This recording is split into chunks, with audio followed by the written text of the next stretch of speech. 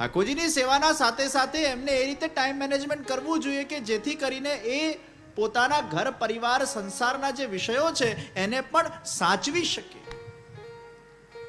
બાળકો પર ધ્યાન આપી શકે, પતિઓ પર ધ્યાન આપી શકે, ઘરના કામમાં ધ્યાન આપી શકે, એના સાથે ઠાકોરજીની સેવા થાય. એક બેલેન્સ કરવા જાઓ અને બીજું બગડે, એક શાંતા 13 તૂટે, એવું ન થવું જોઈએ. ધીરે ધીરે સેવાને આપણે વધારવાની છે, એકદમ નથી વધારવાની. મિશ્રી ભોગની સેવા, દૂધગર ભોગની સેવા, નાગરી, અનસકડી,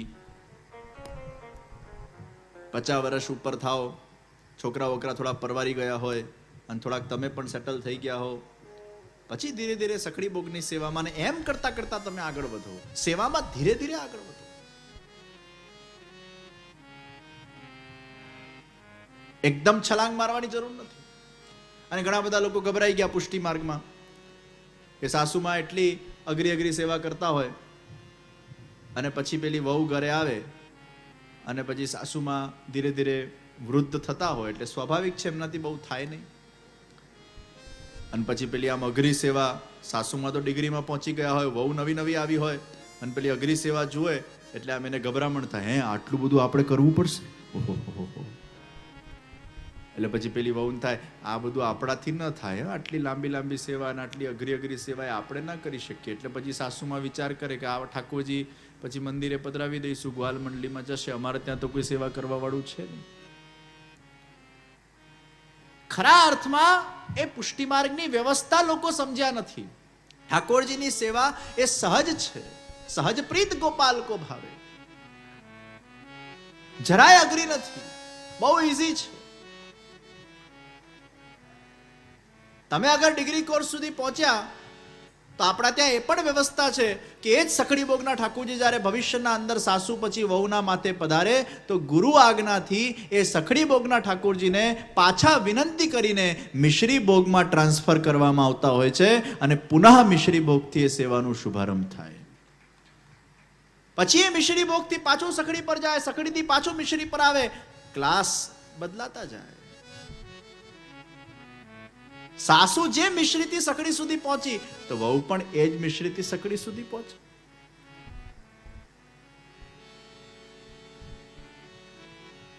અને અગર એ સેવાને પરંપરાને સાચવી શકતા હો તો વાત જુદી છે, ઉત્તમ વાત છે. ના સાચવી શકો તો કનિષ્ઠ પ્રકાર આપણા ત્યાં છે. પુષ્ટિ માર્ગમાં 3 પ્રકાર છે, ઉત્તમ પ્રકાર, મધ્યમ પ્રકાર અને કનિષ્ઠ પ્રકાર. લોકો ખાલી ઉત્તમ પ્રકારમાં જ ગયા, આવું ના થાય, તેવું ના થાય, આવું ન કરાય, તેવું ન કરાય. કેવલ ઉત્તમ પ્રકારને અનુલક્ષીને જ લોકો આવું ને તેવું કરવા લાગ્યા, કનિષ્ઠમાં ગયા જ નથી. આપણા ત્યાં કનિષ્ઠ પ્રકાર છે. સેવા ન નિભે તો સેવા કૃતિર ગુરો રાજ્ઞા બાદનમ વાર ઈચ્છયા, તમે ચોક્કસ મિશ્રી ભોગમાં એને લાવી શકો છો.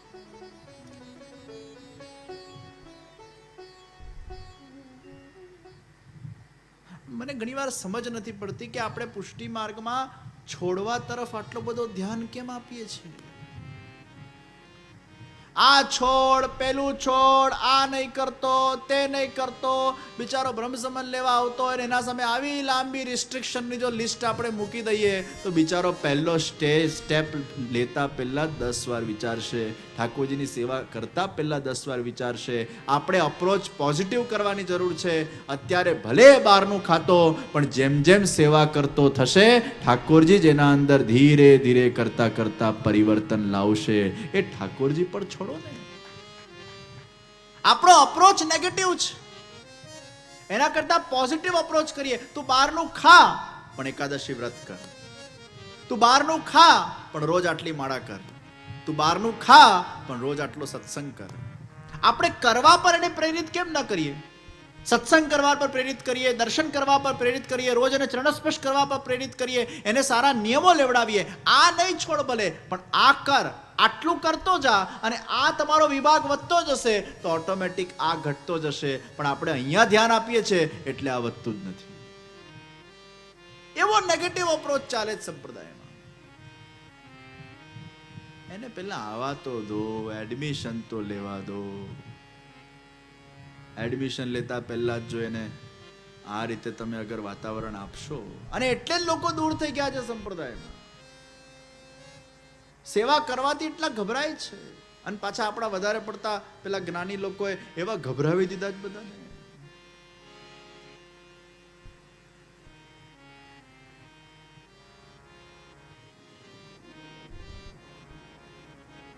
ઘણીવાર દુનિયાના અંદર કરતા કરતા પ્રેમ થાય, કરતા કરતા જ્ઞાન આવે, કરતા કરતા અવેરનેસ આવે. પહેલા છોડ પછી કર નહીં, પહેલા કર પછી છોડ. છોડ નહીં, છૂટશે. પછી તો ઠાકોરજી પર છોડો ને, એ જ તમને બુદ્ધિ આપશે, એ જ તમને વિચાર આપશે. 4 દાડામાં શું કરવું, આ બધાનો પ્રશ્ન છે. સેવા કરવાની ઈચ્છા હોય, પતિને સેવામાં રસ ના હોય, 4 દાડાના કારણે 4 દાડા અમે અટકીએ તો પતિ સેવા ન કરે તો કોણ કરે, છોકરાઓ ન કરે તો કોણ કરે. આ કારણ છે ને એટલે અમે સેવા નથી પધરાવતા. એનો ઉત્તર છે એ બુકમાં હું લખવાનો છું કે બધા જ પુરુષાર્થ કર્યા પછી પણ અગર કોઈ જ તમને રસ્તો સૂચતો નથી તો ભગવદ ઈચ્છા માનીને એ 4 દિવસ ઠાકોરજી પોઢેલા રહેશે અને 5મા દિવસથી એમની સેવા થશે. આ બધા વિકલ્પો આપવા પડશે. અને આ પુસ્તકમાં આ બધા જ વિકલ્પો. અને એટલે જ મહાપ્રભુજીએ બહુ સુંદર સૂત્ર આપ્યું, સેવા કૃતિર ગુરોરાજ્ઞા બાધનમ વા હરેચ્છયા, બાધનમ વા હરેચ્છયા. પણ આજના દેશકાલ પરિસ્થિતિ અનુસાર આ સુધારા વધારા આપણે લાવવા જ પડે. અરે 500 વર્ષ પહેલા ગુસાઈનજી પણ ફ્લેક્સિબલ હતા.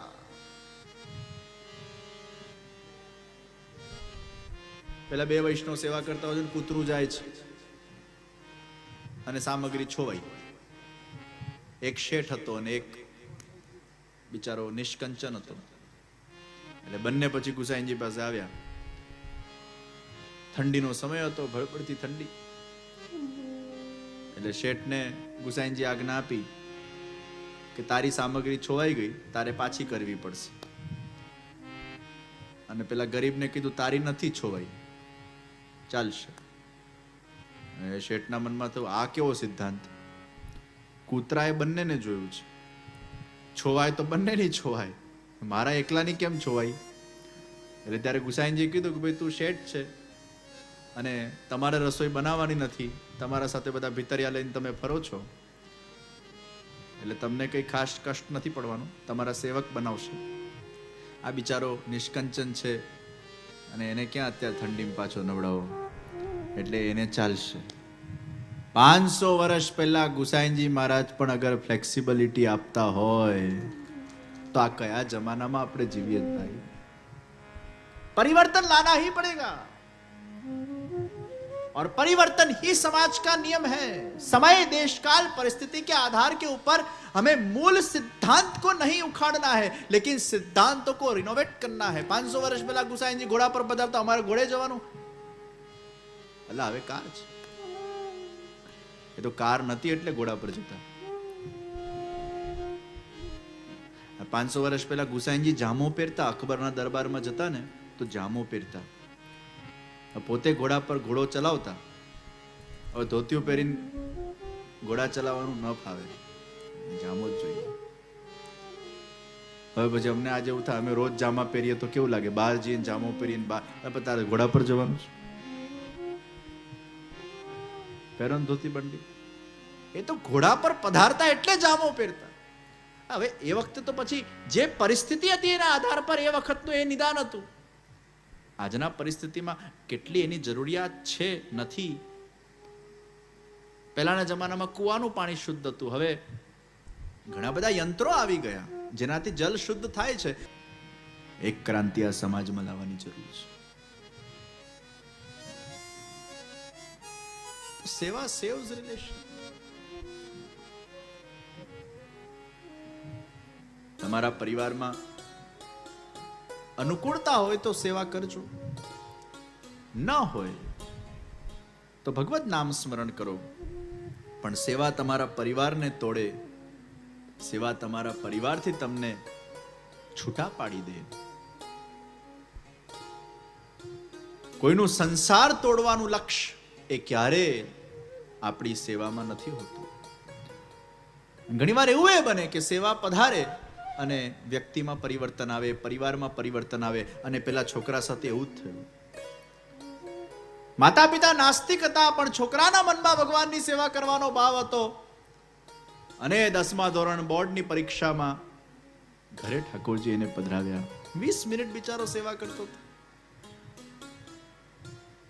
દુનિયામાં લોકો એમ કહેતા હોય, અમારો છોકરો જરા ભક્તિ કરે તો સારું, અને આના મા બાપ એવા હતા, એ ભક્તિ કરતો તો એમ કે છે આ ભક્તિ ન કરે તો સારું. એ 20 મિનિટે સિરિયલ જોશે તો વાંધો નહીં, પણ એ 20 મિનિટ સેવા કરે તો વાંધો છે.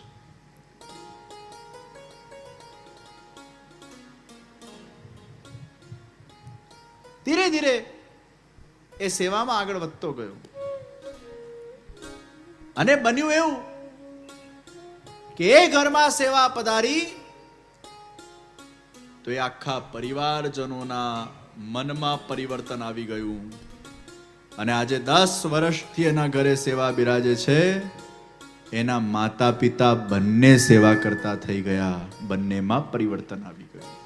વિચારો, એક દૈવી જીવ ઘરમાં આવો પ્રગટી જાય, એ ભલ ભલાને પ્રકાશિત કરી નાખે.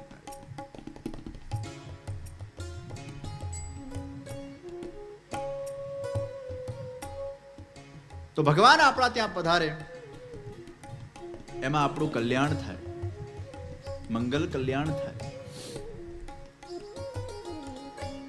કોઈ પણ સારો વિચાર આવે એને ઇમ્પ્લિમેન્ટ કરીએ.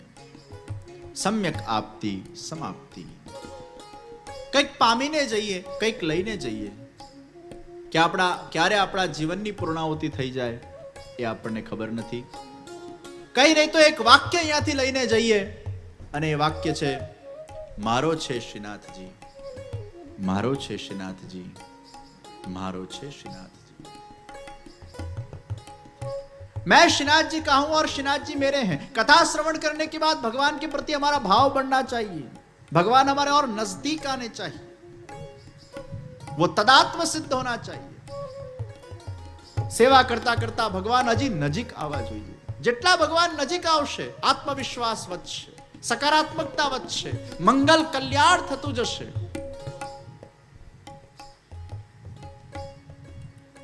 અને એ ભગવાનને નજીક લાવવા માટે કથા શ્રેષ્ઠ સાધન છે.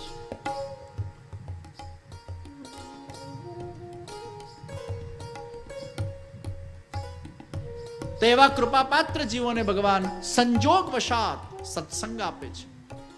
जो होने वाला है वो होकर रहता है. इसलिए आपको अगर सत्संग, सदगुरु, सदग्रंथ की प्राप्ति होती है, भगवान आपको ऐसा ही वातावरण देते हैं. और अगर भगवान आपका पतन करना चाहते हैं तो भगवान आपको दुस्संग देंगे, दुष्विचार देंगे, भोग विलास के प्रति आपकी आसक्ति को बढ़ाते जाएंगे. लेकिन उद्धार करना चाहते हैं तो संजोग वशात भगवान आपको सत्संग देंगे. एक बार एक बेन ने ठाकुरजी घरे पधरावવાની બહુ ઈચ્છા હતી, પણ આ રીતે ભયમાં બિચારા પધરાવી નતા શકતા. પછી કથાના નંદ મહોત્સવમાં આવ્યા, અને પછી રાત્રે એમને સપનામાં આમ રડતા રડતા ઠાકોરજી દેખાયા. 5મા દિવસે રડતા દેખાયા, 6ઠા દિવસે રડતા દેખાયા, 7મા દિવસે રડતા દેખાયા. પછી મને મળ્યા, મને પૂછે કે આ નંદ મહોત્સવ પછી મને ઠાકોરજી કેમ રડતા દેખાય છે? પછી મેં બેનને પૂછ્યું, તમારા મનમાં ક્યાંક ઠાકોરજીની સેવા કરવાનો ઘણા બધા વર્ષોથી ભાવ છે? મને કે ઘણા વર્ષોથી ભાવ છે. હું રોજ વિચાર કરું છું ક્યારે મારા જીવનમાં અનુકૂળતા થાય, પણ હું ડરું છું. અમારાથી બરાબર થાય નહીં તો, અપરાધ લાગે તો, કંઈક ખોટું થઈ જાય તો. અમે એવું સાંભળ્યું છે કે ભગવાનને અપરાધ પડે તો આપણું ખોટું થાય, આપણને દુઃખ પડે, આપણને ભગવાન હેરાન કરી મૂકે.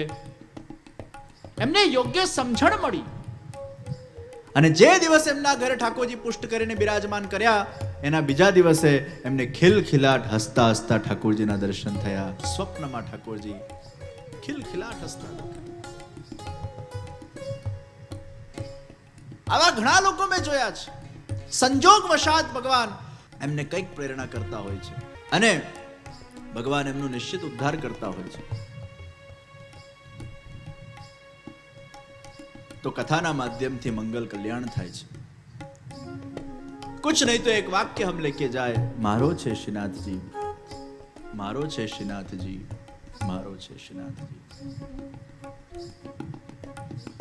શ્રીનાથજી બાવાની સુંદર લીલાઓ વ્રજમાં ચાલી રહી છે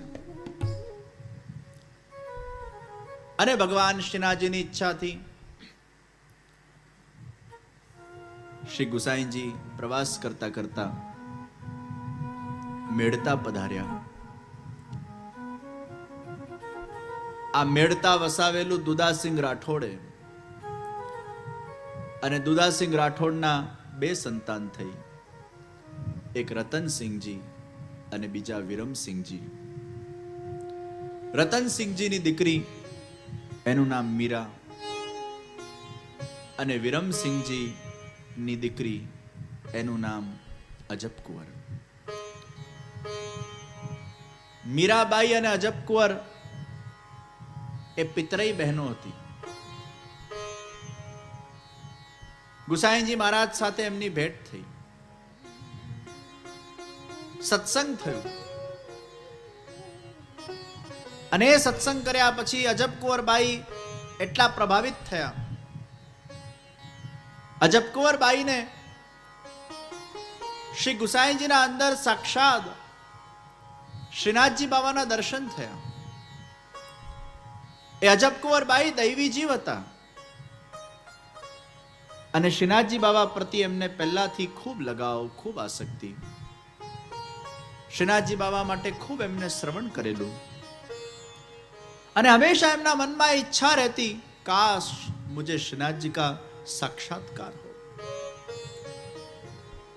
वो श्रीनाथ जी को मैं महसूस कर सकूं, उनके साथ रह सकूं, उनको चाह सकूं, उनकी बन सकूं, वो मेरे बन जाए, मैं उनकी बनूं. हमेशा आ મનમાં એ વિરહ વેદના રહેતી. ઘણા બધા જીવોને પહેલાથી જ ઠાકોરજી માટે એક લગાવ હોય. સહજ ભગવાનના મૂર્તિના સામે બેસીને એ અશ્રુ વહ્યા કરે. અને યાદ રાખજો, જ્યારે જ્યારે ઠાકોરજીની સેવામાં આંખમાંથી અશ્રુ પડે એ વખતે તમારા અશ્રુ નથી, એ ભગવાનના એ વિરહ વેદનાના ભગવદ આવિર્ભાવ સ્વરૂપ એ અશ્રુ છે.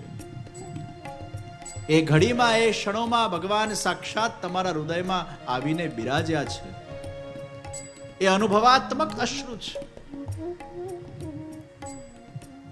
અજબકુંવર બાઈ એવા જ પવિત્ર દૈવી જીવ, એ પુષ્ટિ ભક્ત અને મીરાબાઈ મર્યાદા ભક્ત, બંને ભક્તિ કરે છે પણ ભક્તિનો પ્રકાર અલગ છે. એકમાં પુષ્ટિ ભાવ છે, એકમાં મર્યાદા ભાવ છે. ઘરે આવીને અજબકુંવર બાઈના આંખમાંથી અશ્રુઓ વહેવા લાગ્યા. ગુસાઈજીને મળ્યા પછી એમને એવું થયું કે હું શ્રીનાથજીને મળીને આવી છું અને અગર મને શ્રીનાથજી સુધી પહોંચવું હશે તો આ ગુરુ જ મને પહોંચાડી શકશે. મીરાબાઈ મર્યાદા ભક્ત હતા એટલે એમના તારો ઝંકૃત થયા નહીં. અરે અજબ, ક્યા હુઆ? સવારે તો તું એકદમ સારી વાની હતી ને અચાનક તને શું થઈ ગયું? અજબકુંવરબાઈ મીરાબાઈને કહે છે, अरे मीरा, गुसाई जी के दर्शन कर कर मुझे मेरा लक्ष्य दिखाई दिया. मुझे जो श्रीनाथ जी की भक्ति में आगे बढ़ना है, आज वो गुरु मुझे प्राप्त हुए. હું એમના પાસે બ્રહ્મ સંબંધ દીક્ષા લઈને મારે શ્રીનાથજીને આત્મસાત કરવા છે. ગુસાઈજીએ ભાવીને જોતા અજબકુંવરબાઈને બ્રહ્મ સંબંધ દીક્ષા આપી, એમના ઘરે મુકામ થવા લાગ્યા, સત્સંગ થવા લાગ્યું અને ધીરે ધીરે કરતા કરતા શ્રીનાથજી બાબા એટલા પ્રસન્ન થવા લાગ્યા અને અજબકુંવરબાઈ પર એવી કૃપા કરી કે સાક્ષાત એમના ઘરે પધારવા લાગ્યા અને અજબકુંવર સાથે ભગવાન ચોપટ રમવા લાગ્યા. ભગવાન સાક્ષાત તમારા ઘરે પધારીને તમારા સાથે ચોપટ રમે, હસતા બોલતા ચાલતા ફરતા એ ભગવાનના તમને દર્શન થવા લાગે. એનાથી મોટો સાક્ષાત્કાર કયો હોઈ શકે? અને ચોપટ રમતા रमता भगवान हारी गया। मैंने पूर्व में ही कहा, होनी को कोई टाल नहीं सकता है, और जो होनी होती है उसके पीछे कुछ ना कुछ भगवान की एक लीला, संकेत, इच्छा या आयोजन, प्रयोजन होता है। मांग अजब, तुझे क्या चाहिए। प्रेम में हार भी जीत होती है। प्रेम में हार जाना वो भी जीत है। मैं जीतूं तो तुझे पाऊं, और मैं हारूं तो तेरी हो जाऊं। मैं जीतूं तो तुझे पाऊं, और हारूं तो तेरी हो जाऊं। जीत में भी तू है, हार में भी तू है, चट भी मेरी, पट भी मेरी। અને અજબ કુંવર સાક્ષાત ભગવાનને જ માંગી લે છે, हे प्रभु, हे राज, आप सदा के लिए मेरी यही कोठड़ी के अंदर विराजमान हो जाओ, और मैं अहर्निश तेरे दर्शन कर सकूं, बस यही मेरी इच्छा है। अरे अजब कुंवर,